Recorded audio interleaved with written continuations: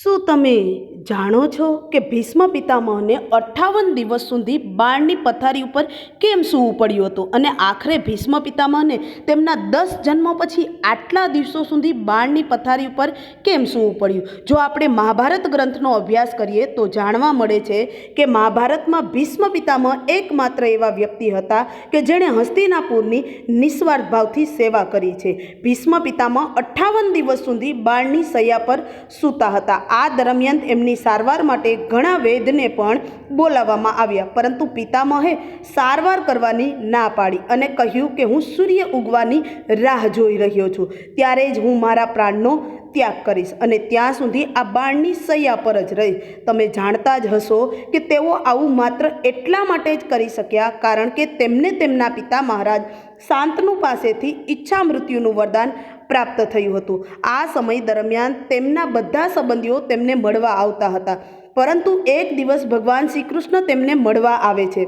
ત્યારે ભીષ્મ પિતામહે શ્રી કૃષ્ણને પૂછ્યું, હે શ્રી કૃષ્ણ, મને અત્યાર સુધીના મારા 10 જન્મો યાદ છે, જેમાં મેં ભાગ્યે જ કોઈ પાપ કર્યું હોય કે મારે આવી અસહ્ય પીડા ભોગવવી પડી, અને આ અસહ્ય પીડા ભોગવવા માટે વિધાતાએ મને જ કેમ પસંદ કર્યો? એ પછી ભગવાન શ્રી કૃષ્ણએ કહ્યું, હે પિતા મહારાજ, તમને તમારા 10 જન્મો જ યાદ છે, પરંતુ હું તમને તમારા અગાઉના જન્મો અને તેમાં થયેલા પાપો વિશે પણ જણાવીશ, અને એનાથી તમને એ વાત સ્પષ્ટ થઈ જશે કે આ પાપોના કારણે તમે આ અપાર પીડા સહન કરી રહ્યા છો.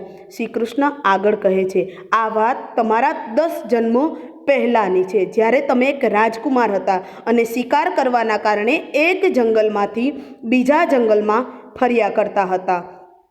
એક દિવસ તમારા રસ્તામાં એક સાપ આડો આવ્યો અને પછી કંઈ જ વિચાર્યા વિના તમે તેને તમારા રસ્તામાંથી દૂર કર્યો, પરંતુ કમનસીબે એ સાપ કાંટાળી ઝાડીઓમાં ફસાઈ ગયો. તે ઝાડીઓમાંથી બહાર નીકળવાનો જેમ જેમ પ્રયત્ન કરતો ગયો તેમ તેમ કાંટા તેને ખૂંચતા જતા હતા.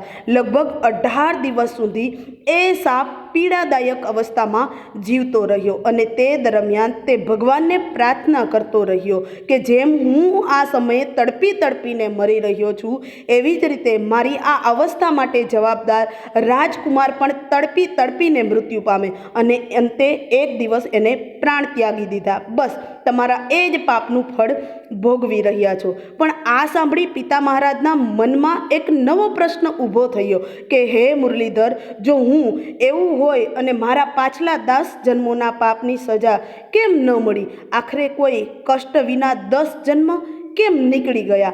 આના જવાબમાં ભગવાન શ્રી કૃષ્ણ કહે છે કે તેની પાછળનું મુખ્ય કારણ એ છે કે એ જન્મોમાં તમે પાપની શ્રેણીમાં આવે એવું કોઈ કામ કર્યું ન હતું, તેથી તે જન્મોમાં તમને સાપનો શ્રાપ ન લાગ્યો. આ સાંભળી પિતા મહારાજ કહે છે, હે દેવકી નંદન, કૃપા કરી મને કહો કે આ જન્મમાં એવી મેં કઈ ભૂલ કરી છે જેના કારણે મારે આ શ્રાપ ભોગવવો પડ્યો? ત્યારે ભગવાન શ્રી કૃષ્ણ કહે છે કે હે પિતામહ, આ પણ કંઈ કહેવા જેવી વાત છે. સત્ય તમારાથી છુપાયેલું નથી, પરંતુ તેમ છતાં તમે કહો છો તો હું તમને જણાવી દઉં કે આ જન્મમાં જ્યારે તમે હસ્તિનાપુરની રક્ષા કરવાની પ્રતિજ્ઞા લીધી, પરંતુ તેમ છતાં તમે હસ્તિનાપુરના સિંહાસન ઉપર બેઠેલા અધર્મી અને અત્યાચારી દુર્યોધનને સમર્થન આપ્યું. બસ ત્યાંથી તમારા પ્રથમ પાપની શરૂઆત થઈ. આ પછી તમે બીજું પાપ ત્યારે કર્યું જ્યારે તમારી આંખોની સામે ભરી સભામાં પાંડવો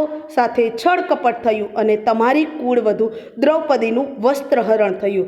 ત્યારે તે સમયે તમે ન કપટી શકુનીને રોક્યો, ન દુર્યોધનને દુશાસનને આ પાપ કરતા રોક્યો. બસ આ જ પાપોના કર્મથી તમારા પુણ્ય કર્મનો નાશ થયો અને તેનું પરિણામ તમારી સામે છે. આ સાંભળી ભીષ્મ પિતામહ બધા જ દુઃખોનો અંત આવી ગયો હોય તેમ ભીષ્મ પિતામહે શ્રી કૃષ્ણનો હાથ પકડી લીધો અને ભગવાનને પણ પિતામહને હૃદયથી લગાવી લીધા, અને ત્યારથી પિતામહે ભીષ્મએ પોતાનો દેહનો ત્યાગ કર્યો.